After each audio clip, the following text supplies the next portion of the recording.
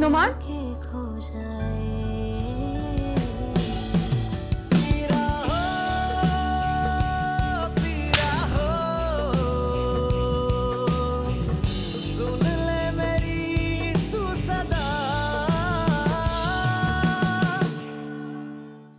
क्या हो गया आपको वासिफ? मेरी बच्ची भूखी प्यासी कमरे में बंद हो और मैं खाना खा लूं? मैं ऐसा कर सकती हूँ? कभी नहीं। बात हिस्से की नहीं है मासूमा। मैं चाहता हूँ मेरे हाथ में कुछ रकम आए जिससे मैं अपना बिजनेस स्टार्ट कर सकूं। तो जब आपको मेरा हिस्सा मिल जाएगा तो यकीनन आपकी पॉकेट मनी भी बढ़ जाएगी। पहले आपको एक हिस्से के पैसे मिलते थे, फिर 2 के मिलेंगे। मासूमा की तुमसे पहले एक मंगनी हुई थी जो उसकी पसंद से हुई थी, मगर क्या मामा? तुम्हारे दाया की डेथ के बाद उसे किसी ने अगवा कर लिया था। सुन ले मेरी तू सदा।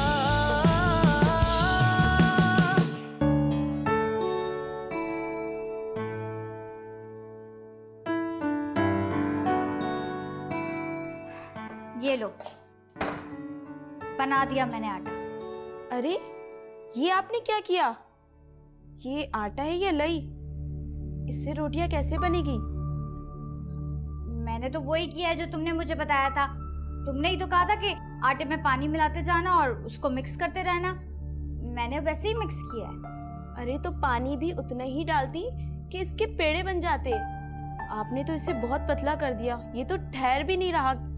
इससे रोटियां कैसे बनेगी? मैं तो तुम्हें पहले ही कहा था कि मुझे कुछ नहीं आता।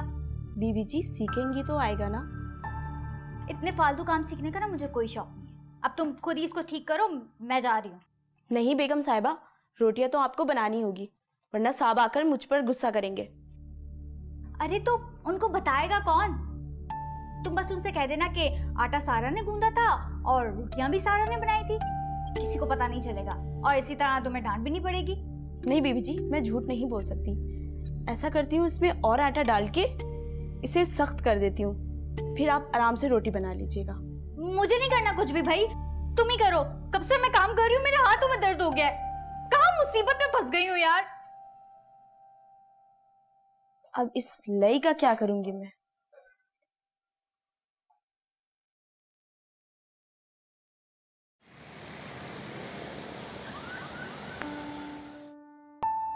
क्या मामा ने जो कुछ कहा है सच है? यकीन नहीं आता मुझे। मासूमा तो बहुत अच्छी है, इतनी मासूम, इतनी सीधी सादी, इतनी शर्मीली। नहीं, मासूमा ऐसी नहीं हो सकती। जरूर मामा को कोई गलत फहमी हुई है। वो बाबा की बात को नहीं समझे, या फिर मामा ने मुझसे गलत बयानी से काम लिया है। उन्हें अच्छा जो नहीं लग रहा था मेरा और मासूमा का घूमना फिरना।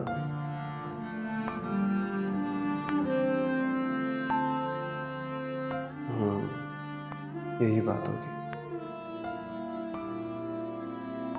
मैं घर जाकर मासूमा से पूछता हूँ, किसी तरह घुमा फिरा के मालूम कर ही लूंगा, और मुझे यकीन है वो झूठ नहीं बोलेगी।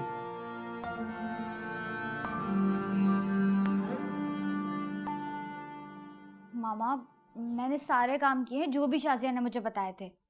अच्छा, मामा एक बात तो बताएं, क्या बाबा ने मुझे सबके सामने जलील करने का ठेका लिया हुआ है? क्यों, क्या हुआ? जरा सा खाने में नमक तेज हो गया था, शाजिया ने मुझे इतनी बातें सुनाई हैं। कहती है कि बाबा ने उसे कहा है कि मुझ पर सख्ती करे। क्या मैं इतनी गई गुजरी हूँ? ये शाजिया कौन होती तुम्हें ऑर्डर देने वाली? इससे तो मैं आज पूछूंगी ना। नहीं मामा, आप उससे कुछ मत कहिएगा। वो फिर बाबा को बता देगी और बाबा मुझे सुनाएंगे। अब कुछ ना कुछ तो कहा ही होगा ना बाबा ने उससे, तभी वो मुझे कह रही है। कि तुम्हारे बाबा का दिमाग तो आजकल कुछ ज्यादा ही खराब होने लगा है। भाभी और भतीजी का रंग चढ़ने लगा है। और आपको पता है, कल भी मोमना के भड़काने पे ना उन्होंने मुझे डांटा था। जब मैं गेट पे खड़ी थी ना, तो मोमना भाई के साथ बैठे गप्पे मार रही थी। उसने बाबा को जाके 1 की 4 लगाई और बाबा ने मुझे सबके सामने जलील किया है। इन माँ बेटियों को तो अब मजा चिखाना ही पड़ेगा मुझे। और साथ में इस नौफिल का भी दिमाग ठीक करना पड़ेगा। कुछ ज्यादा ही तरफदारी करता है उनकी। और मोमना से तो बहुत ही ज्यादा फ्री हो गए। जब देखो उसके साथ बैठे हुए गप्पे मार रहे होते हैं।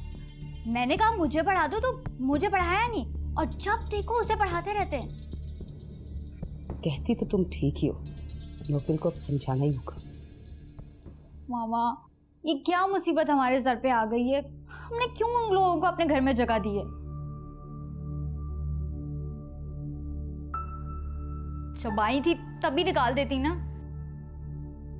मेरा कहाँ बस चलता है, इस घर में तो तुम्हारी दादी की हुकूमत चलती है। तो दादी उन लोगों को लेके कहीं चली क्यों नहीं जाती हैं? ये मुमकिन नहीं है बेटा, तुम्हारी दादी इस घर से कहीं नहीं जा सकती। बल्कि अगर हमने उनके हुक्म की तामील नहीं की ना, तो हमें इस घर से जाना पड़ेगा। मगर क्यों मामा? क्योंकि ये घर तुम्हारी दादी के नाम है। मगर इन माँ बेटियों को तो अब मैं यहाँ से निकाल के रहूंगी, चाहे इसके लिए मुझे कुछ भी करना पड़े। बस तुम टेंशन नहीं लेना।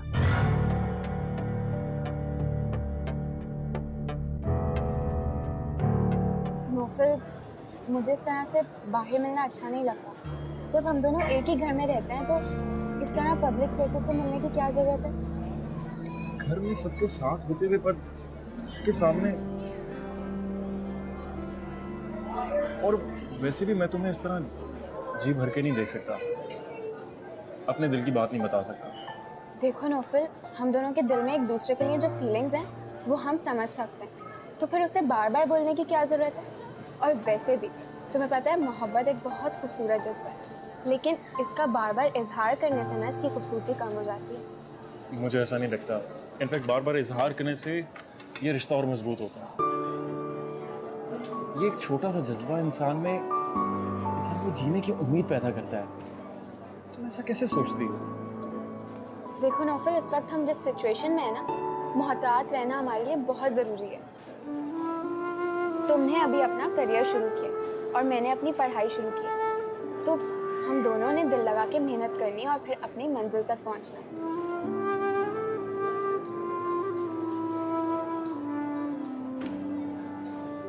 देखो नौफिल, हमारी ज़रा सी नादानी हमारे फ्यूचर पर अफेक्ट हो सकती है और ये अच्छी बात नहीं है। तुम दिली जज्बात का इजहार करना ज़रूरी समझते हो, मैं बस उसे महसूस करना चाहती हूँ। तुम मेरा साथ दोगी ना प्लीज? नौफिल, अभी इन सब चीज़ों का वक्त नहीं आया है।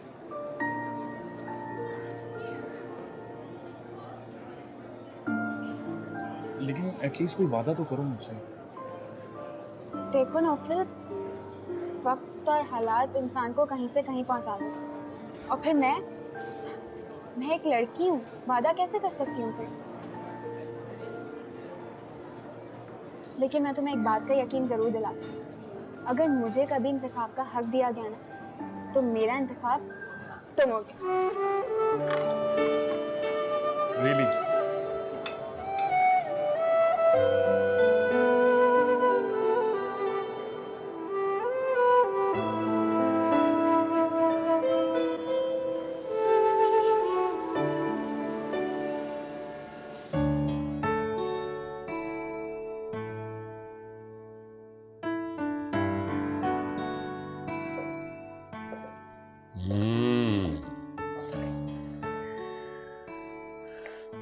माशाल्लाह माशाल्लाह, बदले बदले मेरे सरकार नजर आते हैं। मुझको लगता है मेरी बर्बादी के आसार नजर आते हैं।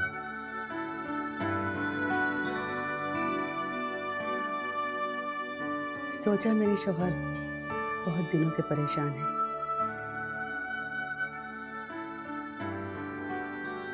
अब उन्हें ठीक हो जाना चाहिए। और वैसे भी शौहर की तकलीफों को दूर करना ही एक बीवी का फर्ज है। यानी आज हमारी बेगम साहिबा जो हैं वो नेकी कमाने के मूड में हैं, बहुत सारी नेकियां कमाना चाह रही हैं और नेकी कमाने के चक्कर में हर तरह का हरबा आजमाएंगी, ऐसा ही कुछ? क्यों, आपको अच्छा नहीं लगा क्या? सिर्फ अच्छा?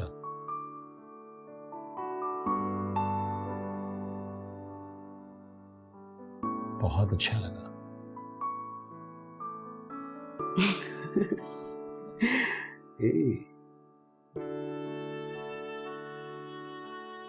इसी तरह हंसती रहा करो, खेलती रहा करो, मुस्कुराती रहा करो, और अपनी जो सारी तकलीफें हैं ना, वो मुझे दे दो। लेकिन आप अगर परेशान रहेंगे तो मैं खुश कैसे रह सकती हूँ? ये जो पॉइंट है तुम्हारा गौरतलब है। एक काम करते हैं ना, सारी परेशानियां, सारी तकलीफें आपस में बांट लेते हैं। मेरा बस चले ना नायला, तो इतनी सी तकलीफ को तुम्हारे पास भटकने ना दो।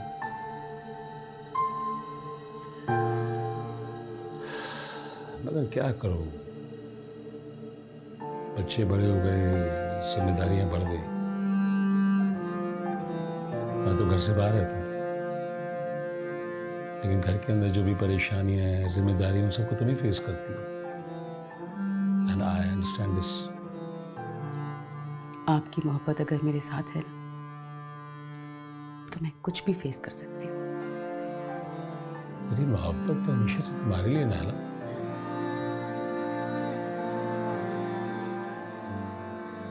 न किसी और को चाहा, न किसी के बारे में सोचा, और आज एक बार फिर से कहना था, मैं तुमसे बेपनाह मोहब्बत करता हूं। मगर वासिफ, मैं अक्सर खुद को मुजरिम समझती हूँ, क्योंकि मैं जबरदस्ती आपकी जिंदगी में शामिल की गई हूँ। और मैं खुद को खुशनसीब समझता हूँ कि भाईजान के इनकार ने तुम्हें मेरी जिंदगी का हिस्सा बना दिया। एंड लिसन, आइंदा ये बात नहीं कहना, तुम मेरी जिंदगी में मुजरिम नहीं, मसीहा बन के आई हो।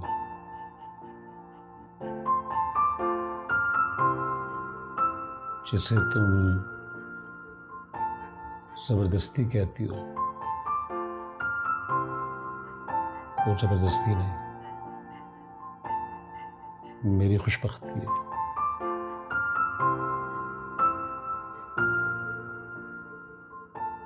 Hey, don't cry. I love you.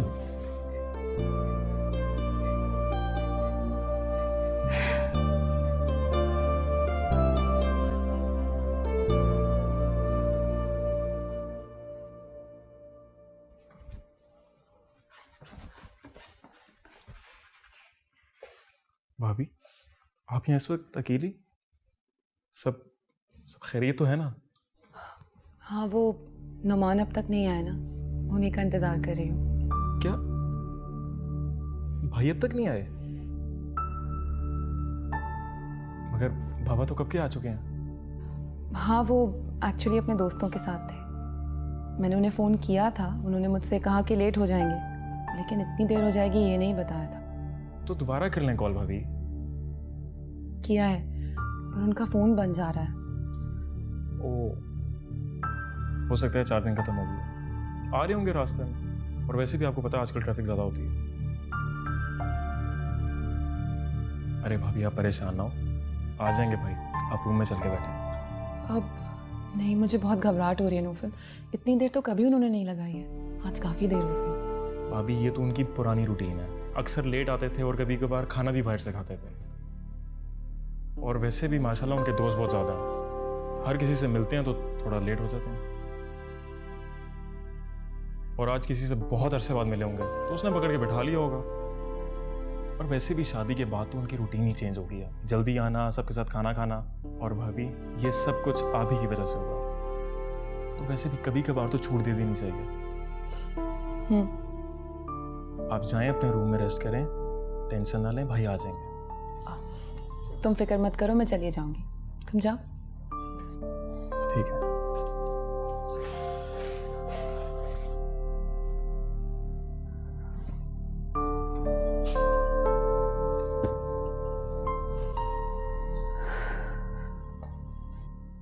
मैं इसीलिए नहीं आना चाह रही थी उस दिन, लेकिन तुम भी ना नाराज हो गए मुझसे। तो और क्या करता, तुमसे मिले बगैर चला जाता? वो भी 2-3 माह तुमसे मिले बगैर रह सकता था मैं? लेकिन अब क्या होगा खुर्रम, बाबा का मूड बहुत ऑफ है। उन्होंने तो उस दिन मुझे रूम में लॉक कर दिया था।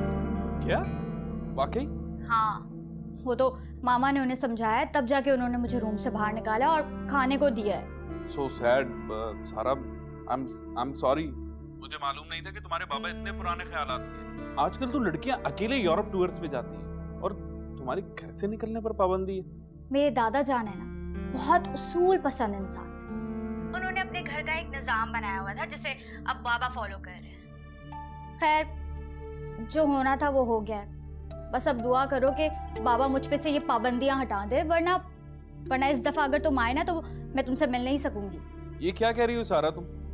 मैं तुम्हारे लिए आता हूँ यार। अच्छा, यू डोंट वरी, मैं कोई ना कोई रास्ता निकाल लूंगी, पर उसके लिए मुझे बाबा को खुश करना पड़ेगा। अच्छा, और वैसे खुश कैसे होंगी तुम्हारे बाबा? लेट्स सी, कुछ दिन घर में कैद रहूंगी, उनके लिए खाने बनाऊंगी तो शायद हो जाए खुश। अच्छा, तुम्हें खाना बनाना आता है? अच्छा, वैसे सारा ये कौन सा इतना मुश्किल काम है? लेकिन मेरे लिए मुश्किल है यार, मैंने कभी एक चाय का कप नहीं बनाया है। अच्छा, मैं तुम्हें बताता हूँ कि खाना बनाते कैसे। अच्छा, तुम मुझे चाय बनाना सिखाओ। तुमने कभी एक कप पानी भी पिया है उठ के?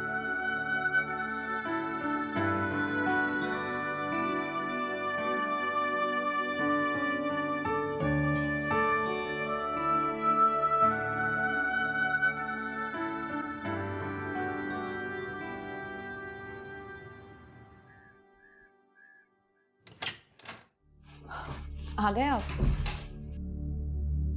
बहुत देर कर दी आने में। बताया तो था। हाँ, मगर ये तो नहीं बताया था कि लेट आएंगे। मैं परेशान हो रही थी नुमान। अब हर वक्त मैं तुम्हारे साथ घर में नहीं बैठा रह सकता, मुझे और भी काम होते हैं। हर बात बताना जरूरी नहीं है। ये मैं क्या कर रहा हूँ? हो सकता है वो बात गलत निकले। मैं क्यों इस पर गुस्सा कर रहा हूँ? अभी तो मुझे इससे बात निकलवानी है और प्यार और मोहब्बत से निकलवानी होगी। इसलिए बेहतर यही है कि अपना मूड अच्छा रखूं। आई एम रियली सॉरी, मैं कुछ परेशान हूँ। परेशान? पर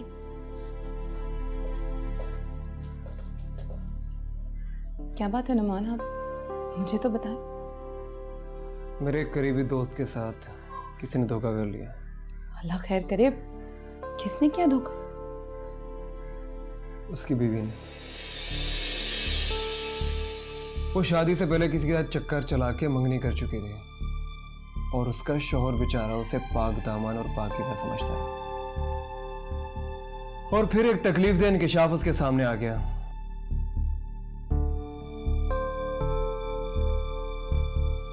मोहतरमा शादी से पहले किडनैप हो चुकी हैं। किडनैप हो चुकी थी? हाँ, और पता नहीं किडनैप के दौरान उसके साथ क्या क्या होता रहा है। अरे सब कुछ उसके शौहर को किसने बताया? मासूमा इस तरह की बातें छुपती नहीं है, पता चल ही जाता है। अब मेरा दोस्त डबल माइंडेड हो रहा है कि अगर बीवी से पूछा और वो मुकर गई तो। मेरा दोस्त तो बहुत गुस्से में था, कहने लगा मैं अपनी बीवी को तलाक दे दूंगा। अगर हम सब ने उसे समझाया कि जब तक तस्दीक ना हो जाए अपनी बीवी को तलाक ना दे। और हाँ, अगर तस्दीक हो जाए तो फिर लानत भेजो इस तरह की औरत पर। जो औरत इतनी बड़ी बात छुपा सकती है, अपने शोहर को धोखा दे सकती है, वो कल को कुछ भी कर सकती है।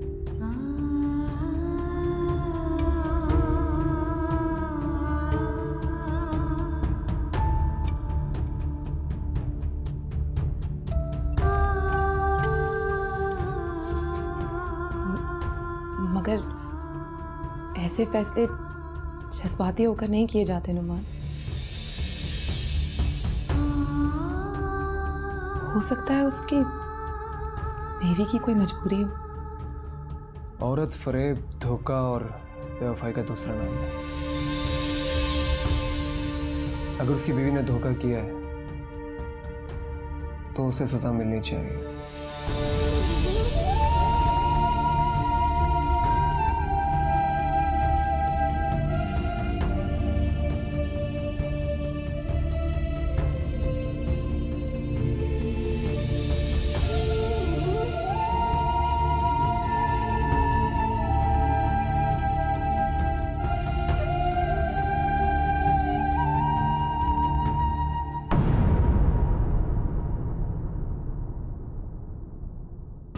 सुन ले मेरी तू सदा।